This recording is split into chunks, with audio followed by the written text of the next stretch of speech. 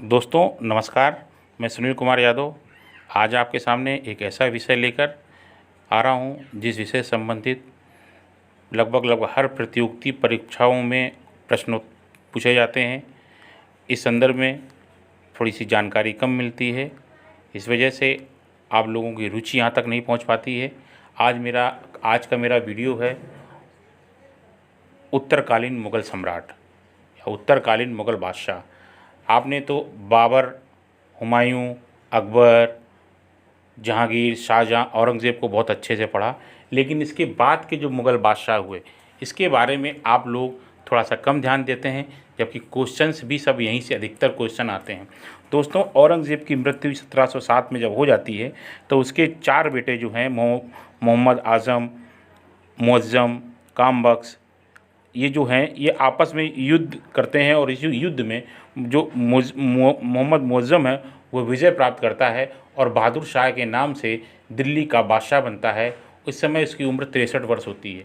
ये 1707 से 1712 तक दिल्ली का बादशाह रहता है। इसको सिंहासन तो प्राप्त कर लेता है, लेकिन यह एक सक्रिय राजा या सम्राट के रूप में कार्य नहीं करता है, इसलिए इसको इतिहासकार शाह ए बेखबर की उपाधि देते हैं। एक क्वेश्चन आता है कि किस मुग़ल बादशाह को शाह बेखबर की उपाधि दी गई, तो उसका उत्तर होता है बहादुर शाह जफ़र। इसके बाद बहादुर शाह प्रथम के बाद जहांदार शाह जो है वह दिल्ली का बादशाह बनता है। यह 1712 से लेकर 1713 तक दिल्ली का बादशाह बनता है। ये जो जहांदार शाह था, इसकी जब मृत्यु होती है तो इसके बेटे जो हैं आप सत्ता प्राप्त करने के लिए आपस में युद्ध करते हैं और 1 महीने तक इसका शव है वो वहीं पड़ा रहता है, उसको दफनाते तक नहीं है। ये बहुत ही एक घृणित कार्य है और जब वो बादशाह बन जाता है तब इनको दफनाया जाता है। जहांदार शाह को ये भी जो चूँकि बादशाह थे तो इनको लंपट मूर्ख की इतिहासकारों ने लंपट मूर्ख की उपाधि दी है। तो किस बादशाह को लंपट मूर्ख की उपाधि दी जाती है, तो इसका उत्तर आता है जहांदार शाह। इसके बाद आता है फारूक सियर। फारूक सियर जो था,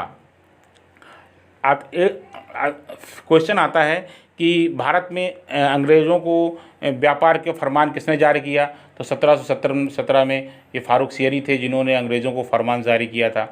फारूक सियर 1700 जहांदार की मृत्यु के बाद 1713 से 1719 तक भारत के बादशाह बनते हैं। और इसी समय ये जो दौर था औरंगज़ेब के बाद का, इसमें सैयद बंधुओं का बहुत बोलबाला था। सैयद बंधु जिसे चाहते थे ये मीर बख्शी के पद पर थे और जिसे चाहते थे उसे बादशाह बनाते थे और जिसे चाहते थे उसको बादशाह से हटा देते थे। तो फारूक सियर 1719 में इसकी मृत्यु हो जाती है और इसकी मृत्यु होने के बाद रफ़ी-उद-दरजात को 28 फरवरी 4 जून 1719 को दिल्ली के सिंहासन पर बैठाया जाता है। रफ़ी-उद-दरजात की जो मृत्यु है वो टीबी से होती है। टीबी के कारण इसकी मृत्यु हो जाती है। क्वेश्चन आता है किस मुग़ल बादशाह की मृत्यु टीबी के कारण हुई थी या क्षय रोग से हुई थी, तो उसका उत्तर है रफ़ी-उद-दरजात।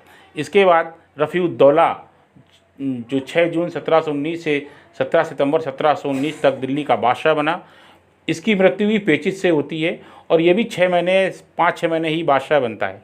इसके पश्चात जो है थोड़ा सा स्थायित्वपन आता है दिल्ली के सिंहासन पर जब मोहम्मद शाह दिल्ली का बादशाह बनता है 1719 से 1748 तक।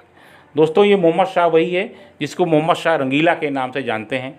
इसके दरबार में, हरम में महिलाओं की संख्या ज़्यादा होती, नर्तकों की संख्या, रास रंग में डूबने वाला, सुरा और संदरी में डूबने वाला ये बादशाह था, इसीलिए इसे मोहम्मद शाह रंगीला कहते हैं। 1739 में जब अफ़गानिस्तान के नादिर शाह प्रथम ने हिंदुस्तान आप पर आक्रमण किया, तो उस समय दिल्ली का बादशाह मोहम्मद शाह ही था और इसने करनाल के युद्ध में समर्पण कर दिया। परिणाम स्वरूप नादिर शाह जो था बेशकीमती हीरा, कोहिनूर और तख्ते ताऊस लूट कर वापस अपने देश ले गया। और उसके बाद मोहम्मद शाह रंगीला की जब मृत्यु होती है तो अहमद शाह 1748 से लेकर 1754 तक अहमद शाह जो है वह दिल्ली का बादशाह बनता है। मोहम्मद शाह रंगीला के बाद अहमद शाह 1748 से 1754 तक, फिर आलमगीर द्वितीय 1754 से 1759 तक। दोस्तों इसके बाद आलमगीर द्वितीय का काल शाह आलम द्वितीय का काल आता है, जिसके समय में पानीपत का युद्ध हुआ। ये पानीपत का वही युद्ध था जिसमें मराठे हारे और भारत पर से मराठों का लगभग एकाधिकार समाप्त हो गया। ये वह दौर था जब दिल्ली के जो बादशाह थे, दिल्ली की जो सत्ता थी, वो कई छोटे छोटे राज्यों में विभक्त हो गई। मराठों ने दक्षिण में अपना सर उठा लिया, स्वतंत्र राज्य स्थापित कर लिया, निज़ामों ने बना लिया, और इधर बंगाल में अलग बन गया, अवध अलग बन गया, रोहिलखंड अलग बन गया, पंजाब स्वतंत्र हो गया, इधर राजपूत शासक राजस्थान के, इन्होंने सबने अपने अपने, क्योंकि ये जो बादशाह थे ये बहुत कमज़ोर हो चुके थे। शाह आलम द्वितीय की मृत्यु के बाद अकबर द्वितीय जो था 1806 से 1837 तक दिल्ली का बादशाह बना। इसके समय में गुलाम कादिर ने जब आक्रमण किया तो उस पूरे राजकुमार और राजकुमारियों को दरबार में नृत्य करवाया गया। ये बहुत ही एक ऐसी स्थिति थी जब बादशाह खुद इसमें नृत्य किया। बहुत से राजकुमार और राजकुमारियों ने यमुना में कूदकर आत्महत्या भी कर ली थी। अकबर द्वितीय के बाद हिंदुस्तान का अंतिम मुग़ल बादशाह जो था वो बहादुर शाह जफ़र था, जो 1837 से लेके 1861 तक रहा। और ये वो दौर था जब भारत में प्रथम स्वतंत्रता संग्राम हुआ और सभी लोगों ने बहादुर शाह को ही अपना नेता माना और उसके नेतृत्व में ही प्रथम स्वतंत्रता संग्राम आंदोलन हुआ। और जब अंग्रेज़ों ने पूरे हिंदुस्तान पर कब्ज़ा कर लिया तो बहादुर शाह जफ़र था, ये छिपने के लिए, मैंने आपको अपने पहले भी एक वीडियो में बताया था जब मैंने स्थापत्य कला पढ़ाई थी, कि बहादुर शाह जफ़र जो था वो हुमायूं के मकबरे में अपने तीनों पुत्रों के साथ जाकर छिप जाता है और वहाँ पर अंग्रेज़ इसको पकड़ लेते हैं। और अंग्रेज़ इसको पकड़ने के बाद इसे रंगून निर्वासित कर देते हैं। बहादुर शाह जफ़र की ये अंतिम बादशाह था जिसकी रंगून में ही 1861 में मृत्यु हो जाती है। दोस्तों, ये मुग़ल काल का ये उत्तरार्ध के सारे सम्राट हैं। अब आपको लगभग सारे मुग़ल काल के सारे बादशाहों के नाम याद हो गए होंगे। मैं एक बार आपको फिर बता देता हूँ। बाबर मुग़ल साम्राज्य का जिसने स्थापना की। इसके बाद हुमायूं जो पानीपत तो उसके बाद शेर शाह सूरी को हराने हार से भागकर वापस गया, फिर वापस आया। हुमायूं के बाद अकबर बना। अकबर के बाद जहांगीर बना, जिसके समय में चित्रकला जो थी बहुत चरम पर थी। चित्रकला जहांगीर के बारे में कहा जाता था कि एक चित्र कई अगर चित्रकार बना देते हैं तो जहांगीर इतना सिद्धहस्त था कि वह बता देता था कि किस चित्रकार ने कौन सा चित्र बनाया है। इसके बाद शाहजहाँ का काल आता है। शाहजहाँ जो था भारत में इस मुग़ल काल की स्थापत्य कला का स्वर्ण काल कहा जाता है। उसने भारत में बहुत सी इमारतें बनाई, जिसमें से ताजमहल, लाल किला प्रमुख थी। इसके बाद औरंगज़ेब का काल आता है। औरंगज़ेब जिसे आलमगीर कहते थे, जिंदा पीर कहते थे।